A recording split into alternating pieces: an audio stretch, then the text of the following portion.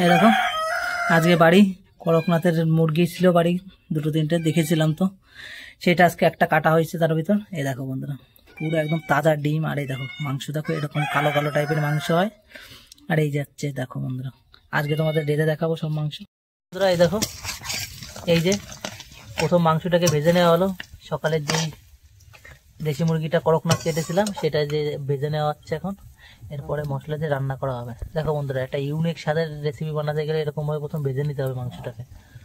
দেখো বিশাল স্বাদ বন্ধুরা এই মাংস, একদিন বানিয়ে দেখো। এই দেখো কালো কালো মাংস বন্ধুরা। মাংসের ভেতরে এই যে এখন একটু হলুদ দিয়ে নেওয়া হচ্ছে, এখন একটু লবণ দিয়ে নেওয়া হচ্ছে। একটা অন্য রেসিপি ভেজে নিতে হবে। আর এখন দেখো এবারটা ভেজে নিয়ে এই যে আদা রসুন লঙ্কা জিরে সব কিছু পেস্ট তৈরি করা ছিল সেটা ওর ভিতর দিয়ে মিশিয়ে নিতে হবে এখন ভালো করে। সেই স্বাদ হয় এই। আর এটা করকনাথ চিকেন তো, আর এই যে হালকা করে একটু সর্ষের তেল দিয়ে নেওয়া হবে। দেখো এবারটা ভালো করে মাখিয়ে নিতে হবে।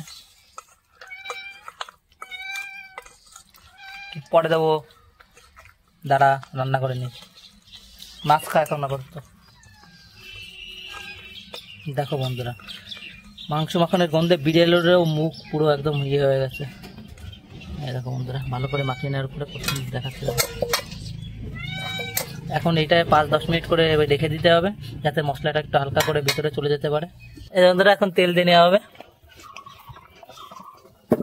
এই যে বন্ধুরা এখন জিরে দিয়ে নেওয়া হবে তেলটা হালকা করে তেতে গেলে। আর এই যে এখন শুকনো লঙ্কা তেজপাতা সব কিছু দিয়ে নিতে হবে। তারপরে এই যে কেটে রাখা পেঁয়াজ টমেটোটা পরে দিতে হবে, পেস্টটা আগে দিয়ে নিতে হবে, দিয়ে হালকা করে ভেজে নিতে হবে। টমেটো এখনই দিয়ে নিতে হবে বন্ধু, কোনো আগে পরে না। এই যে এখন এই যে ডাল হচ্ছে, এটা ভালো করে নাড়িয়ে নিতে হবে।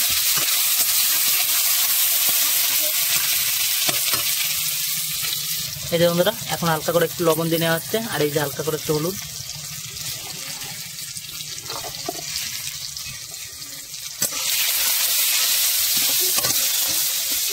দেখো ভালো করে এখন নাড়িয়ে নাড়িয়ে ভেজে নিতে হবে।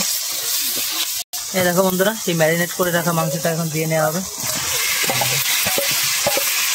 দেখো বন্ধুরা বাড়ি বসে একদিন বানিয়ে দেখো বন্ধুরা, বিশাল স্বাদ এই রেসিপির, সেই সুস্বাদু বন্ধুরা। একটা ইউনিকভাবে তৈরি করা রেসিপি। এমনি দেশি মুরগি দিয়ে বা ব্রয়লার মুরগি দিয়ে বানানো যাবে। আমাদের বাড়ি করকনাথ মুরগি ছিল, ওইটা দিয়ে বানালাম আজকে বন্ধুরা। ডিম পাড়ানো মুরগি, এই দেখো বন্ধুরা ডিম, এগুলো সব দেখো এত সুন্দর টেস্ট হয় বন্ধুরা এই মাংস। রুটি ভাত যার সাথে দেবে পুরো একদম থালা শেষ, বড় বড় থালা শেষ হয়ে যাবে। এই যে বন্ধুরা এখন একটু ঢেকে নেওয়া হলো। এই যে বন্ধুরা এটা এখন 5-10 মিনিট ঢেকে নিতে হবে মাংসটা যাতে ভালো করে সেদ্ধ হয়ে যায়। এই মাংসটা একটু শক্ত হয় তো, যার জন্য একটু বেশি টাইম লাগে। এবার এই 10 মিনিট হয়ে গেছে, দেখা যাক কেমন কি রান্না হয়েছে। দেখো বন্ধুরা ভিতরে একদম কষে গেছে মাংস, দেখো খুব সুন্দর কষে গেছে।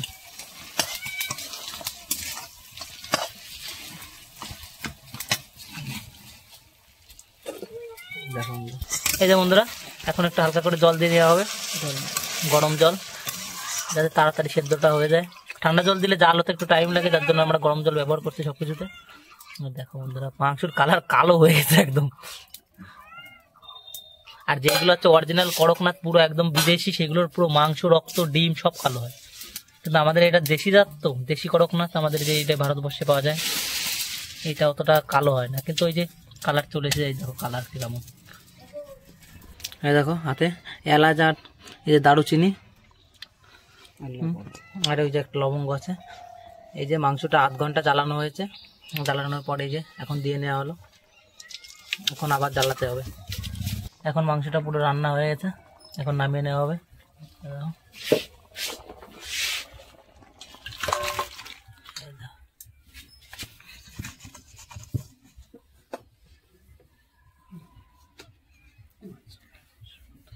বন্ধুরা পুরো কচ্ছপের মাংসের মতো লাগছে, দেখো কালার দেখো মাংস, কালো কালো কালার, সব কালো।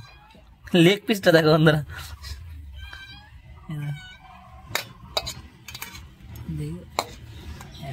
Leg piece. বন্ধুরা একদিন বাড়ি এইভাবে বানিয়ে দেখো বন্ধুরা, তারপর রিভিউ বলো।